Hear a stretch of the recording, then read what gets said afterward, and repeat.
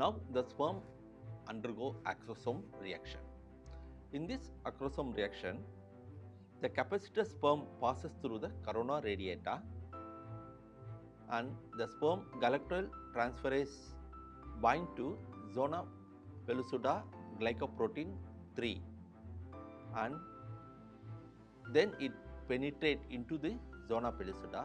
The sperm binds with zona pellucida glycoprotein 2 and penetrate through the zona pellucida. There are 4 types of glycoproteins are present in the zona pellucida. So this glycoprotein helps the sperm to enter into the oocyte. The fertilization which is present in the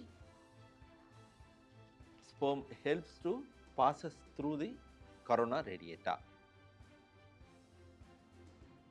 Once the sperm touches the plasma membrane of the oocyte, then here the fusion occurs.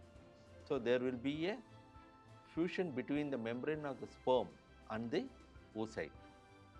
The external acrosome membrane fuses with the plasma membrane of the sperm. The acrosome content is released into the oocyte. The acrosome releases acrosin, which helps to make a pore in the zona pellucida. Then N-acetyl glucoamidase, which hydrolyzes the zona pellucida of glycoprotein and also sperm to detach from the oocyte. Then hyaluronidase, which from the sperm will activate to move through the corona radiata. Now the oocyte undergo cortical reaction.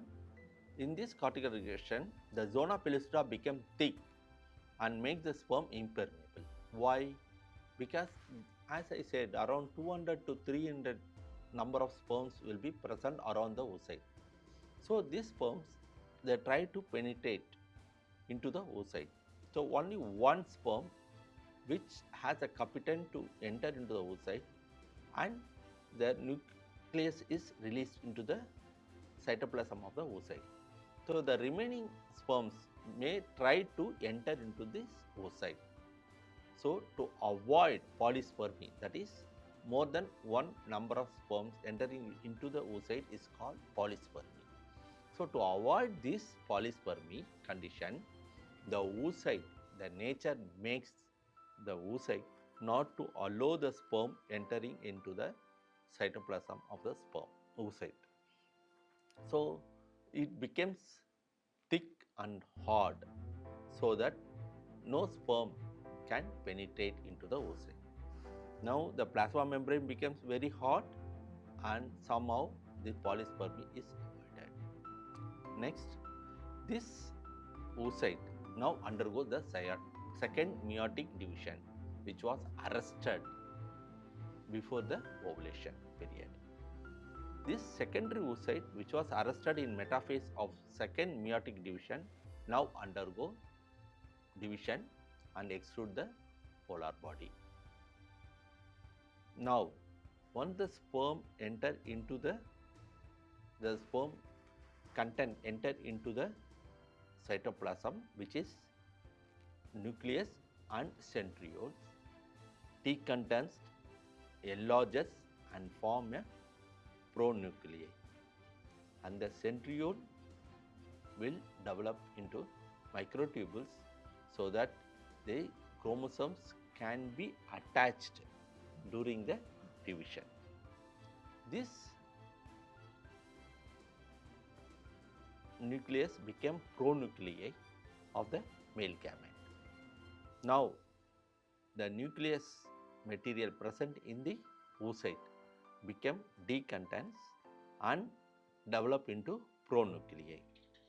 Then the pronuclei of the male will be attracted towards the pronuclei of the female, and this both fuse together to form a diploid nucleus, that is 46 chromosome. As I said in the early beginning of the lecture, the importance of 46 chromosome. This sperm gives 23 chromosomes and the female pronuclei gives 23 chromosomes which join together to form 46 chromosomes, and thereby the life begins. And one very interesting point is the sperm will provide the mitochondria,